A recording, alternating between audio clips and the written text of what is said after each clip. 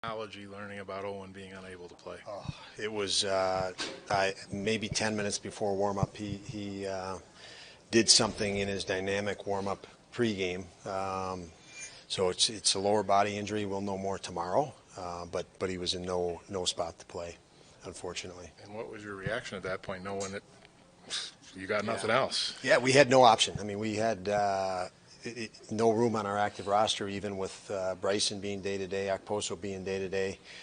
There was nothing we could do. Even if we could call a guy up, we couldn't call a guy up because we didn't have any definitive information on Owen, obviously, and two guys that are on the cusp of going in, but couldn't tonight. So a tough situation. We had to play 5D. I thought our guys did a tremendous job supporting that. I thought UPL was UP was good. UPL was good in net, very good in net, and we gave him a pretty consistent look. He could set before a lot of shots, and that was a real key. So hats off to him and the group of five that I thought did a really nice job. And what did you and Marty essentially tell the five about managing their minutes as this thing was going? Fortunately, we played them a couple weeks ago, so even the pregame this morning before we knew anything.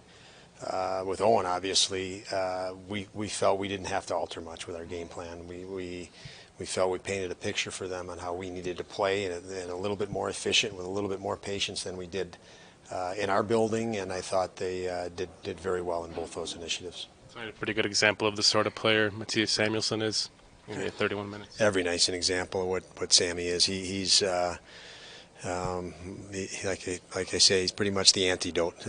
He kills a lot of plays, transitions a lot of plays, and against top players. So he was very impactful as you get. And I thought Dawes was right there with him, and the rest of the crew was very good as well. You know, in this game especially, how big was it, given your situation, to get an early goal and get 2 goals and have a lead instead of trying to? You couldn't possibly chase that game if you fell behind.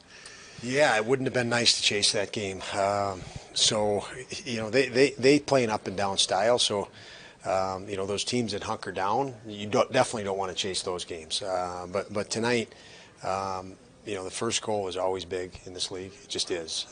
And what a play! I thought a lot of calm, a lot of confidence, a lot of poise to set that goal up and really set a tone. By Middlestead, Thompson, and Tuck. So impressive start, and I thought our guys were dialed in all the way through. How timely was the forecheck from Josten Olofsson that set up the Dahlin goal? The Avalanche were kind of pushing there. Yeah, great puck pressure. That's something that should be an identity of ours, is pressure and pucks. I thought our second guy got there quick to help confine that and force the turnover, and Dahlin was. He's got that offensive intuition and knew where to be when, and great play all around, great shot. What does it say, 3-2? The panic could have been there for that last minute and a half, and it wasn't, and 30 seconds later you got an empty netter and it's over.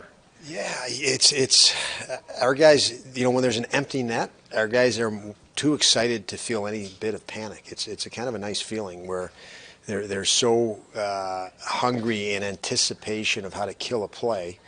And jump on a play because they're staring at an empty net. That's kind of the advantage of having offensive guys that are responsible. They know they're going to get rewarded if they do the work, and it was again a nice play all around. I thought we had to use our timeout to put those guys on there. Just we wanted to make sure Sammy and Dawes were rested again in the last minute, which is an unusual time to call a timeout with the 2-goal lead, but. Those guys were playing so solid that we figured we'd better use that to rest them rather than put another group in that spot. And you referenced UPL earlier. It just seemed like rebound control was better, tracking was better. He was very calm. He wasn't jittery at all. I mean, just how solid did he look to you all night? He did. I felt comfortable with the coaching staff put together. I thought a good visual of how we needed to play tonight. And again, based on us just playing them recently, and I thought that allowed. We cleaned up some things defensively as a 5-man unit, defensively as pairs, on rushes against and even D zone, and I think that helped our goaltending quite a bit to be confident, because Upi looked confident all the way through. It was as if he wanted pucks to come to him. So great job by him, and I felt the guys did a nice job preparing. the group. Much of that third period is them pushing and you guys maybe trying to shut things down a little bit. Yeah, they're. I mean, obviously you're down 3 in the third in your own building, and you're going to have a pretty good push, and they did. And you have to pick your spots. Certainly for offense, you have to stay on pressure when you can stay on pressure, and I think our guys did obviously a real good job at that. So I didn't feel there was any big momentum swings or extended momentum swings. We had a lot of icings. But I think those icings were actually some of them were real good plays. They weren't panic icings. They were plays that, okay, I checked option 1 and 2. There's pressure on us. We're going to try to soft play it rather than pass into pressure, which happens a lot, and that's where lots of mistakes happen when you get into the third period like that. So we went next zone ahead to relief, and unfortunately we couldn't place the puck, so we had to deal with icings. But it was actually a good sign of how we were responding. Thanks.